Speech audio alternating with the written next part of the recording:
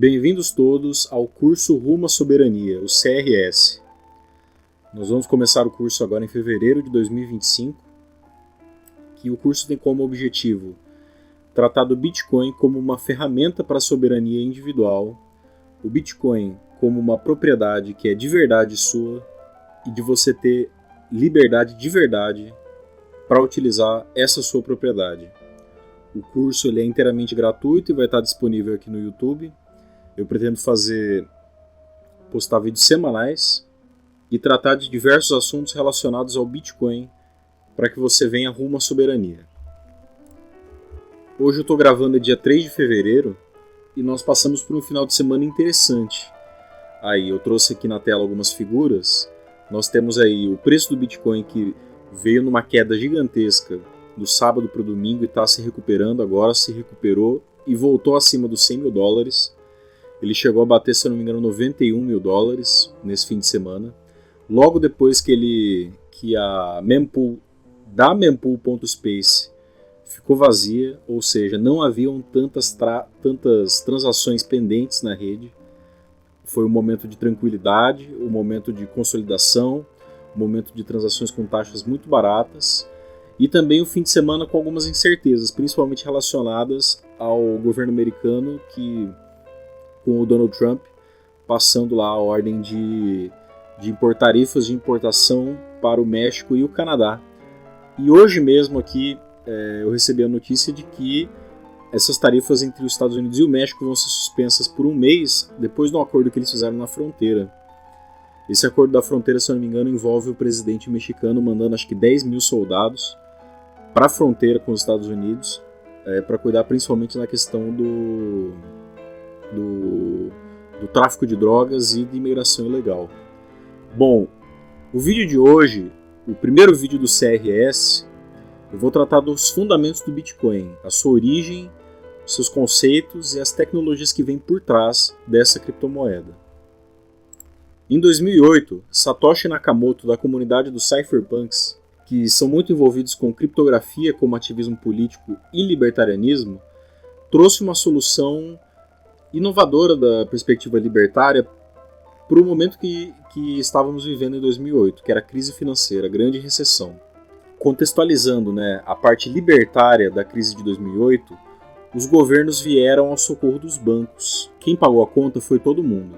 No exemplo dos Estados Unidos, veio esse Emergency Economic Stabilization Act de 2008, que estabeleceu que o Tesouro Americano, o Federal Reserve, o governo, faria a compra direta de 700 bilhões de dólares de ativos de instituições financeiras que estavam envolvidas na crise, garantiriam liquidez no mercado de crédito e no mercado de mortgage, das hipotecas do setor imobiliário, e fariam injeção direta de dólares aos bancos e financiadores, instituições financeiras que estavam envolvidas nessa grande bolha aí, nessa grande bagunça que foi a crise de 2008. E aí o governo sinalizou de maneira muito clara que não existe consequência para manipulação financeira se você for um banco privado ou se você for um banco central. Se surgirem bolhas aí, se surgirem qualquer desestabilização que você mesmo criou no mercado por fazer essa interferência, o governo vai chegar lá e vai tapar o buraco e quem vai pagar a conta vai ser as pessoas. Em 2008, então, Satoshi Nakamoto, com a newsletter lá do Cypherpunks, eles tinham lá uma rede de e-mails que eles se comunicavam e tudo mais. Satoshi Nakamoto veio com essa ideia de fazer uma criptomoeda P2P, peer-to-peer, que seja totalmente descentralizada e que saia desse sistema, que os bancos consigam emitir moeda sem lastro, consigam fazer a sua reserva fiduciária de moeda podre e que o governo consiga manipular aspectos econômicos e gerar inflação, mudando taxas de juros, fazendo expansão da base monetária, o M2. Em 2009, em janeiro, Satoshi minera o primeiro bloco. E nesse primeiro bloco vem aqui, no resto do primeiro bloco vem essa mensagem aqui, que foi uma notícia que saiu, o headline lá do Times, de 2009 de janeiro, que é Chancellor on brink of second bailout of banks, que é que o chanceler lá, acho que era do Reino Unido, já estava se preparando para o segundo bailout dos bancos, para a segunda compra e liquidez aí de toda essa bagunça que os bancos fizeram, de que o Estado iria lá de novo e ia tapar esses buracos a custo de todos. E agora sobre Satoshi Nakamoto, Não se sabe ainda, e provavelmente nunca vai saber quem é Satoshi Nakamoto. Se ele é uma pessoa, se ele é um grupo de pessoas. Inclusive, anteriormente já acreditaram que esse japonês aqui era Satoshi Nakamoto e ficou um monte de gente em cima dele. O cara perdeu sua privacidade, perdeu sua tranquilidade da sua família. E na realidade não era ele. Ele era um engenheiro japonês que não entendia nada dessa parte de código, que raio que era criptomoedas e tudo mais. Então esse Satoshi Nakamoto, essa pessoa ou grupo de pessoas, veio com essa ideia do Bitcoin, dessa criptomoeda. Estima-se que essa pessoa ou grupo de pessoas tenha 1.100.000 Bitcoins, porque ele minerou 22 mil blocos por conta própria, porque essa moeda precisava começar de algum lugar. E ele nunca movimentou esses Bitcoins. Então é aí que a gente fala que o Bitcoin ele tem um início imaculado, né? Ele não teve pre-mine, você não teve assim os insiders por trás do Bitcoin que fazem os rug pulls aí que a gente vê hoje em dia, que levam vantagem em cima das redes que eles criam, dos projetos que eles criam, em cima das pessoas que usam, né? A gente tem muito disso aí, surge uma nova criptomoeda, surge um novo projeto aí, as pessoas vão lá, compram, elevam aí o market cap aí dessa moeda, desse projeto, e aí os desenvolvedores vão lá e puxam o tapete com todas as pessoas sentando em cima, né? Eles despejam aí todos os pre-mines, tudo que eles mineraram anteriormente, né, antes de ir a público, e saem no lucro em cima das pessoas. Isso não aconteceu com o Bitcoin e não acontecerá, porque esses blocos nunca foram movimentados. E é aí que a gente fala que é o início imaculado do Bitcoin, né? No conceito de blockchain, nós temos que manter um histórico de pagamentos do funcionamento do Bitcoin. O que seria essa blockchain? Existem computadores aí na internet que rodam o node de Bitcoin, o nó. Eles rodam o mesmo software e eles comunicam entre si. Essa comunicação entre os computadores fazem esse network e é de maneira totalmente descentralizada e distribuída. Por que descentralizada? Porque nenhuma organização ou pessoa controla essa rede de computadores. E distribuída porque ela é distribuída geograficamente no mundo inteiro, né? Vamos supor que haja um apagão no Brasil ou que haja uma guerra em algum continente. Vai ter alguém em algum canto do mundo conectado na internet que vai continuar mantendo a blockchain. E blockchain quer dizer, traduzindo do inglês, bloco, e chain é corrente. Ou seja, todas as transações, tudo que ocorre na rede do Bitcoin, ela ocorre por meio de blocos. E toda vez que o Bitcoin é minerado, nós vamos tratar aqui nesse vídeo, o bloco ele é adicionado à corrente de vários outros blocos anteriores. E isso fica no histórico de pagamentos. Ou seja, todo o Bitcoin que já foi movimentado, ele é disponível publicamente para você consultar, você rodar o seu próprio software do Bitcoin, você entrar num explorador de bloco na internet, verificar as transações aí e ver isso tudo de maneira pública e transparente. Não há um ponto central, não há uma organização por trás. E havendo um ponto central, né, você teria uma falha central, você teria um controle central, você não teria algo distribuído, descentralizado, você teria algo que poderia ser manipulado, como por exemplo é a moeda fiduciária, a moeda podre hoje em dia, porque ela é de controle centralizado dos bancos e do Banco Central, que podem desfazer transações, mudar transações, emitir moeda, fazer toda essa bagunça financeira que nós vimos aí. E aí que eu falei, né, dos exploradores de blocos, né, a gente tem por exemplo aqui o mempool.space, que você vê os blocos que foram minerados já, os mineradores que adicionaram o bloco nessa rede descentralizada e distribuída, que nem mineradores americanos, chineses, às vezes até aparece aí um minerador solo, né, que descobre um bloco por conta e ninguém sabe de onde que ele vem e tudo mais. Geralmente a gente sabe de quais mineradoras que veio o bloco, porque elas colocam na informação do bloco, elas falam, aqui foi Foundry USA, aqui foi Antpool, aqui foi via BTC. E no explorador de bloco a gente consegue ver, por exemplo, as transações e o espaço que elas ocupam em cada bloco que será adicionado nessa blockchain, nessa rede de blocos. Então aproximadamente a cada 10 minutos um bloco novo é adicionado, um bloco novo é descoberto por um minerador. Aqui a gente consegue ver que a dificuldade de você encontrar um bloco novo, ela se ajusta. Então que nem, por exemplo, se tiverem blocos novos sendo descobertos, né, mais ou menos a menos de 10 minutos, no caso que nem aqui é 9.4 minutos, o tempo médio de bloco, ele vai ajustar a dificuldade para cima. Ajustando a dificuldade para cima ou para baixo, se estiver demorando mais tempo, você equilibra a rede de maneira que a cada 10 minutos um bloco seja adicionado na rede. Um bloco que aqui você consegue ver que ele contém um espaço limitado de transações. E aí, se você quer fazer uma transação de Bitcoin ou está ocorrendo alguma transferência entre um banco, uma pessoa, está trabalhando, alguma coisa assim, e você quer fazer isso on-chain, você vai fazer uma transação para gastar o seu Bitcoin e aí você vai disputar um espaço aqui dentro desse bloco para adicionar a sua transação na rede, ela ser validada e ela ser verdadeira e tudo mais. E isso aí tem um valor, né? Que nem aqui, no caso no fim de semana aqui, que os valores estavam em 1 satoshi por virtual byte, um valor baixíssimo, porque não estava tendo tanta procura por espaço no bloco, hoje já retornou essa procura. Então você pode ver que as taxas, assim, você tem taxa de alta prioridade, média prioridade, baixa prioridade, sem prioridade, que vão em torno aí de 20 centavos de dólar.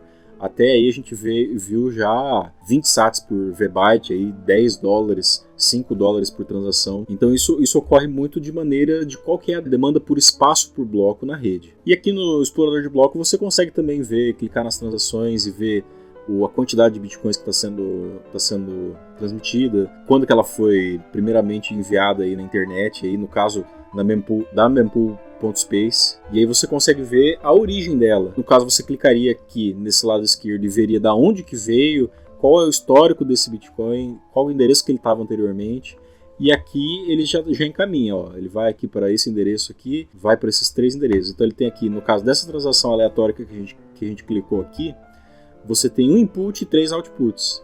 Vamos supor aqui que é o cara que estava fazendo pagamento, sei lá, o cara foi pagar uma pizza no restaurante. Aí ele pegou aqui desse endereço que ele tinha aqui, mandou pro cara da pizza lá, e aí devolveu aí para 2 endereços aí de troco que ele provavelmente tinha na carteira. E esses negócios de endereço de troco, endereço e tudo mais, nós veremos aqui no canal e nesse vídeo. Então o que é a tecnologia da transação do Bitcoin? A gente tem no inglês aqui que ela é permissionless, o que significa que você não precisa de permissão para enviar, para receber bitcoins, que ela é borderless, o que significa que você não tem fronteiras, ela é pseudônima, privada, e o grau de anonimato que você consegue através desse pseudônimo está muito relacionado às medidas de OPSEC que você leva para garantir a anonimidade dos seus endereços.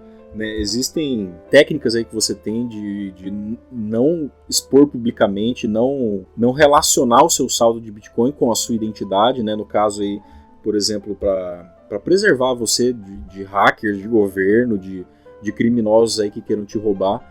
Então é pseudônimo e você consegue aumentar o anonimato desse pseudônimo tomando medidas de OPSEC que tornem o seu saldo de Bitcoin nos seus endereços mais privados. É resistente à censura, porque voltamos lá no permissionless. Você não precisa de permissão do governo, do banco aí para transacionar. Então vamos supor aí que um governo aí chegue e fale que você é um cidadão de segunda classe, que você não pode ter acesso a serviços financeiros. O Bitcoin passa por cima disso e fala, não, eu sou um indivíduo soberano, eu tenho acesso a serviços financeiros. E transações rápidas e baratas. Rápidas e baratas, vamos lá, 10 minutos, nossa, é muito tempo.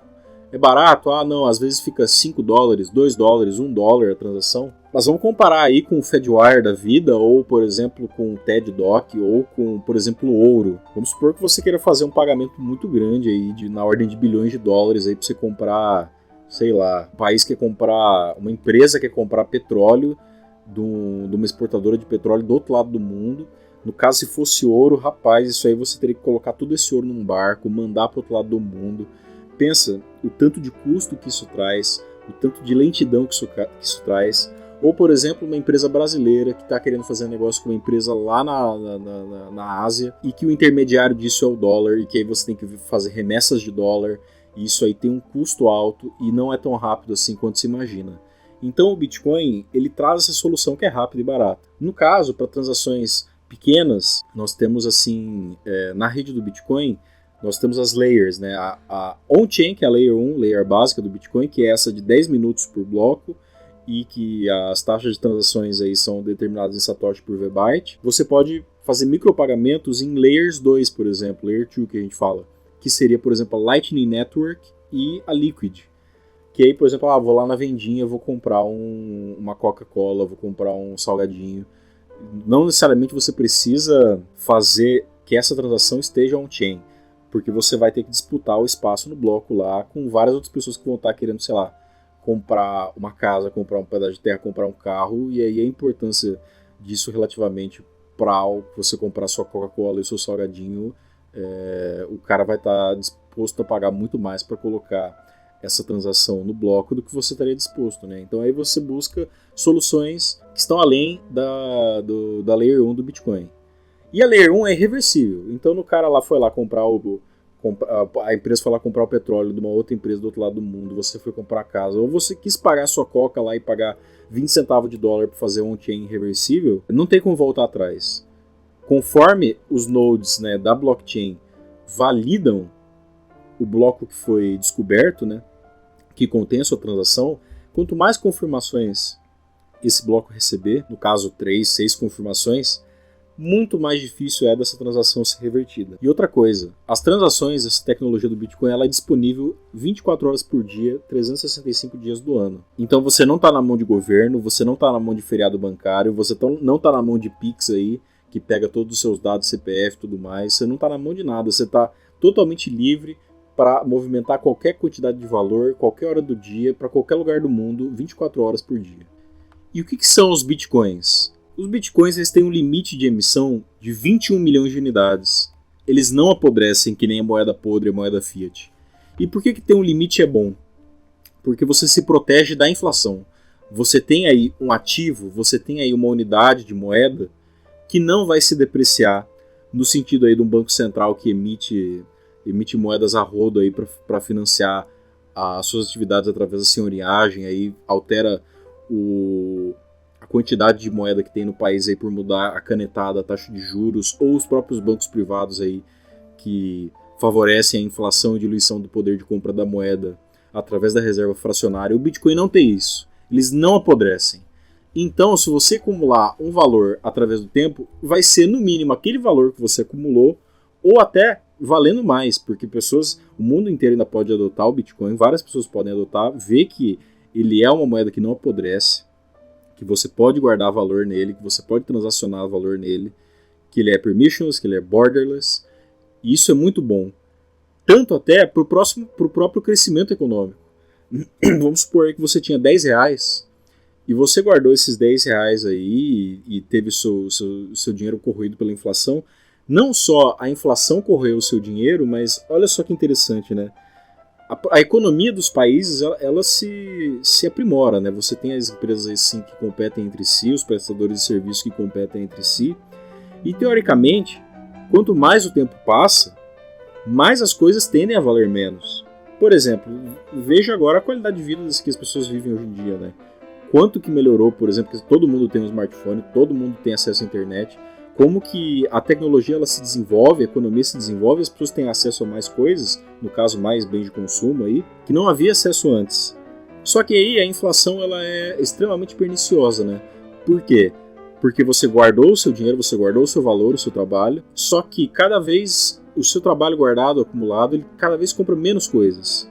Sendo que o que deveria acontecer é o contrário. Você acumulou valor, a economia cresceu, ela ficou mais eficiente, então esse valor que você acumulou, teoricamente, ele deveria comprar mais coisas. O Bitcoin é por natureza deflacionário, porque ele tem esse limite de 21 milhões de unidades. Então quando você guarda os seus Bitcoins, aí você faz o hodl, você guarda ele, não só você está ganhando por você não estar perdendo dinheiro para a inflação, mas você está ganhando porque a economia do mundo inteiro está ficando mais eficiente. E o dinheiro que você guardou, a unidade de trabalho que você acumulou e guardou, ela vai conseguir comprar mais coisas no futuro só pelo fato da economia se tornar mais eficiente. E você ter esse limite de emissões de unidade de até 21 milhões. O Bitcoin, você tem a custódia do seu Bitcoin, né? Então, você teria o mesmo esforço para guardar toneladas de ouro, quilos de dólar, que você teria para guardar o preço aí de um aluguel e tudo mais. Ele simplifica toda essa questão de valores e de guarda de valores. Ou seja, facilita muito a soberania dos indivíduos, das empresas, das famílias. É fácil de proteger, é fácil de esconder, por exemplo no caso da Brain Wallet, e ele é muito divisível. O Bitcoin hoje em dia ele é divisível até a 8ª casa decimal, o que significa que são um zero seguido de 8 dígitos, 8 casas decimais depois da vírgula. E nós chamamos essa unidade mínima do Bitcoin de Satoshi, em honra aí ao fundador Satoshi Nakamoto. Então nós temos aí que um Bitcoin, como é divisível até a 8ª casa decimal, equivale a 100 milhões de satoshis. 0.1 Bitcoin, então sucessivamente 10 milhões de satoshi. 0.001 Bitcoin, 1 milésimo de Bitcoin, milibitcoin, né? 100 mil satoshis. Novamente, surgem novos Bitcoins? Sim, surgem novos Bitcoins até 21 milhões. E ele surge através da mineração. Por quê? No código do Bitcoin está programado o Proof of Work dele, que é o programa, o software, que no caso do minerador, que através da mineração descobre um novo bloco, ele busca a solução para um problema matemático nesse sistema que se equilibra até 6 blocos por hora. Novamente, o que a gente falou lá, um bloco a cada 10 minutos. E cada bloco ele tem um limite de espaço, que é aqui, ó. Nós vemos aqui, você tem um limite de transações que você consegue ocupar dentro desse bloco aqui, de 1 megabyte, que equivalem a mais ou menos 3 a 7 transações por segundo. E esse número pode ser maior ou menor dependendo da tecnologia que se adota na sua carteira, que a gente vai ver futuramente. São alguns protocolos assim que foram adicionados, né, que são os BIPs, Bitcoin Improvement Protocol, que são protocolos que a comunidade faz para melhorar a eficiência da rede do Bitcoin. No caso, o SegWit e o Taproot, que possibilitam que você ocupe mais eficientemente esse espaço em cada bloco aqui. E aí, quando o problema matemático ele é resolvido, um novo bloco é descoberto. E o minerador que realizou essa descoberta, ele recebe o subsídio da rede. O subsídio da rede ele diminui pela metade a cada 210 mil blocos, que equivalem a aproximadamente 4 anos. E então a gente tem as eras do Bitcoin aqui, ó, a projeção no curto prazo do Bitcoin. Você tem aqui em 2009, Satoshi minerou o primeiro Bitcoin e o subsídio que recebia na primeira geração era de 50 Bitcoins por bloco descoberto. Aí passou 210 mil blocos, aproximadamente 4 anos de 2009, então 2009, 10, 11, 12, 2012. Temos aí 4 anos de diferença, 210 mil blocos.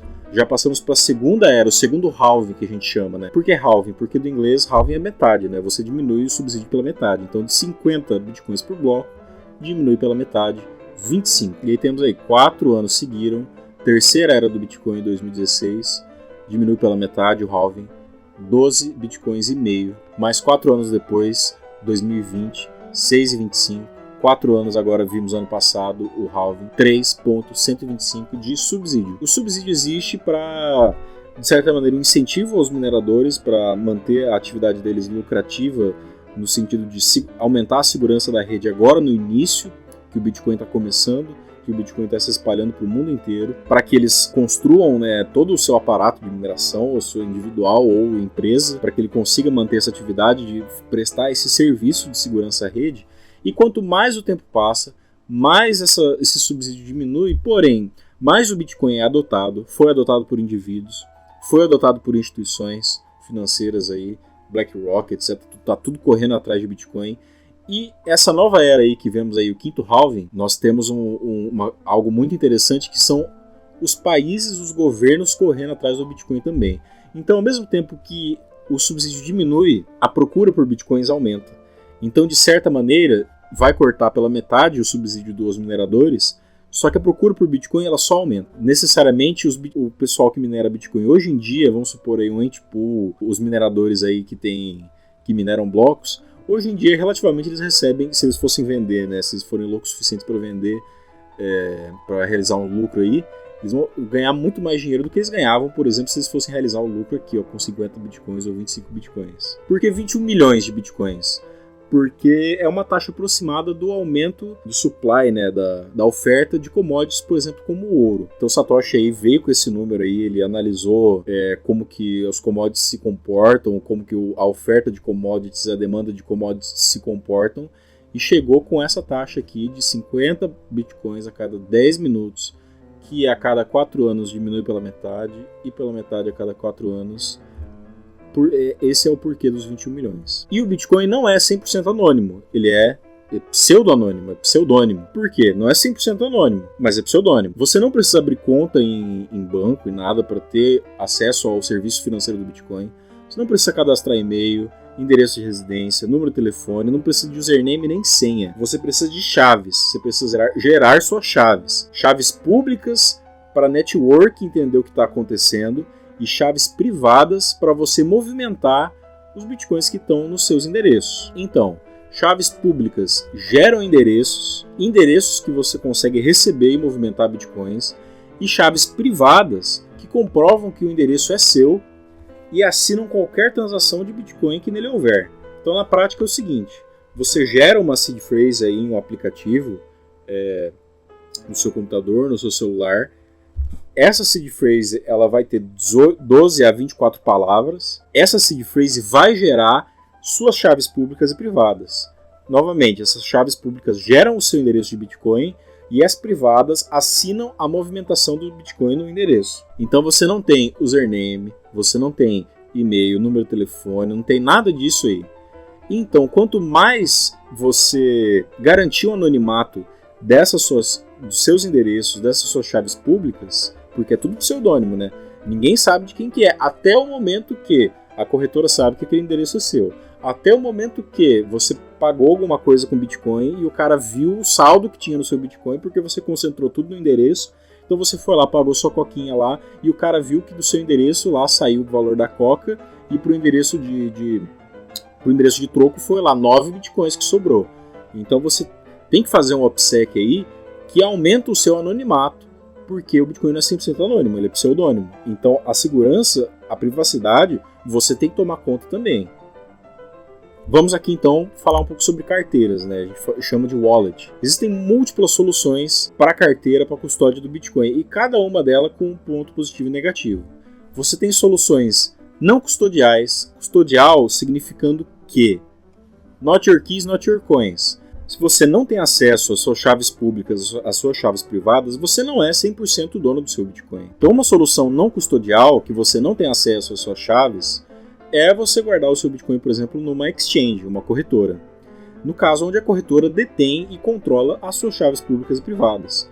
E aí a gente tem exemplos assim de por que isso não é tão seguro. A gente tem aí na história do Bitcoin o caso que ocorreu com o hacker da Mt. Gox, que era uma corretora, a maior corretora na época, que foi hackeada e as pessoas que tinham Bitcoins guardados no Mt. Gox perderam seus Bitcoins. No caso, ano passado, alguns desses Bitcoins foram recuperados e aí depois de 10 anos desse hack, algumas pessoas receberam a quantidade que tinham, mas eles fizeram os pagamentos em blocos, né, blocos de valores. Então não necessariamente todo mundo recebeu. Então você deixou o seu Bitcoin na mão da corretora, necessariamente aí você se ferrou, né, porque ela foi hackeada e você não tinha o controle das suas chaves, então você não conseguiu se livrar do hacker. O hacker que te pegou o controle dessas chaves, ele foi lá e tomou conta de todo esse saldo do Bitcoin. E, recentemente, em 2022, da FTX, da FTX. Além de sofrer o ataque hacker e perder aí seus valores, aí, 662 milhões de dólares, sofrendo um ataque hacker, ela tinha uma crise de solvência, que nem os bancos, né? Os bancos privados aí que a gente tem, né? Nada impede a exchange de fazer uma reserva fracionária. Porque o que você tem no saldo na exchange é uma IOU, que é IOU, que é eu te devo. O que aparece lá no seu computador, no seu celular, lá que você tem lá um saldo de 50 mil satoshis lá, é que na verdade aquela exchange te deve 50 mil satoshis. Você não sabe em que endereço que ela tá, onde que tá esses 50 mil satoshis. É a exchange que fala, ó, eu te devo 50 mil satoshis, IOU. E aí existem soluções custodiais. No caso, onde você controla as suas chaves. Você tem, por exemplo, carteiras web, que tem uma facilidade de uso muito grande, muito rápida, estão conectadas no seu computador, no seu browser, no seu navegador, conectadas na internet, porém elas têm um ponto negativo, que as suas chaves privadas, elas ficam armazenadas no seu computador que está conectado à internet. E o ruim de estar conectado à internet é que se tiver um keylogger ativado, se você tiver alguém monitorando o seu tráfego ou alguém monitorando a sua atividade na área de trabalho do seu computador, algum backdoor aí que esteja instalado no seu sistema ou no seu navegador, ou alguém que tem acesso pernicioso aí no seu modem de internet e tudo mais, consegue ver sua atividade. E pior ainda, se suas chaves, o arquivo que contém elas, não estarem criptografados, é 2 pulinhos para o cara pegar lá elas e ter acesso a todo o seu saldo. Então uma solução melhor, por exemplo, de você ter uma carteira web é você ter, no caso de você ter uma carteira conectada à internet, é você ter um software, por exemplo, o Electrum. Ele conecta à internet, o arquivo que contém as suas chaves está exposto e vulnerável a um ataque online, porém ele tem a opção de você criptografar o arquivo. Você criptografa o arquivo que contém as chaves. Isso que nós chamamos de carteira que é conectada à internet, nós chamamos de hot wallet, uma carteira quente. Aqui, muito preferível você ter uma carteira com software como o Electrum que criptografa as suas chaves do que você ter uma carteira web que às vezes pode nem criptografar o raio dessas chaves. Você, que nem você vai mexer no Bitcoin por uma semana, um mês aí, fazer um management, você está começando a aprender e tudo mais, os valores não são tão altos, pô, vai lá, aprende a usar, manda para sua carteira Electrum aí no seu computador, usa, gasta, faz uma transação, compra lá uma pizza, compra sua coca, seu salgado aí, compra mais Bitcoin no P2P na exchange, manda pro seu endereço aí pra você pegar o jeito de como isso funciona. Só que não é a solução mais segura, mas é bem segura se comparado com uma carteira web, por exemplo. A solução mais segura é você ter uma carteira fria, que ao contrário da Hot Wallet, ela gera suas chaves de maneira aleatória, com entropia, offline. Então vamos lá. Nunca vai conectar na internet. Você nunca vai expor as suas chaves ou o arquivo que contém as chaves online. E aí você torna o ataque hacker impossível. E essa solução mais segura de carteira fria, você tem várias soluções.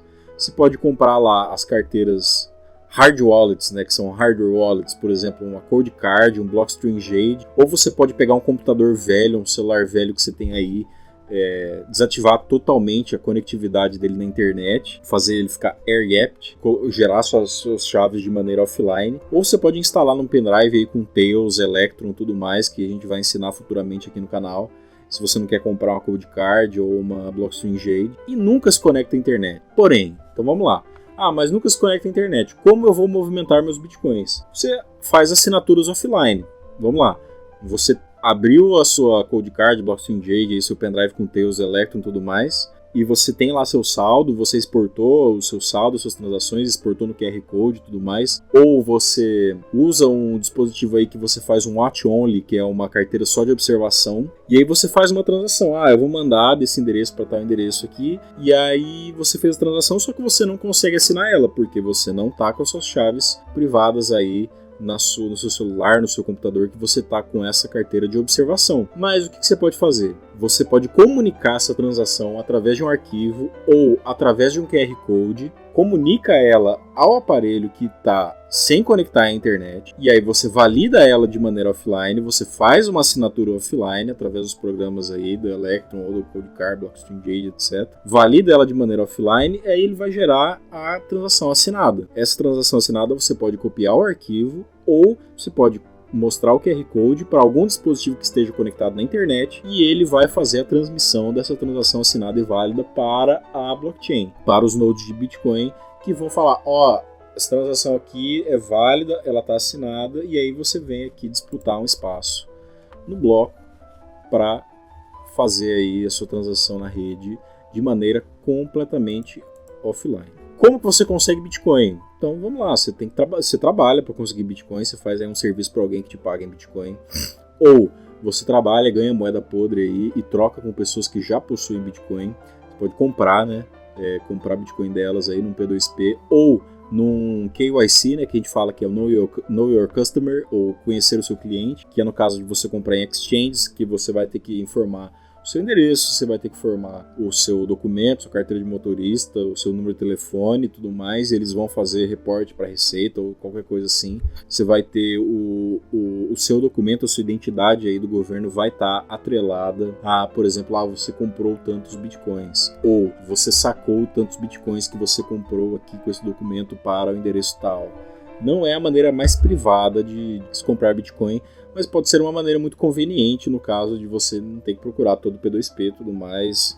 O pessoal cobra aí uma porcentagem em cima, aí eles cobram que é o premium. E aí você tem essas soluções sem KYC, né? Que é no caso, que nem eu falei, você vai comprar no P2P.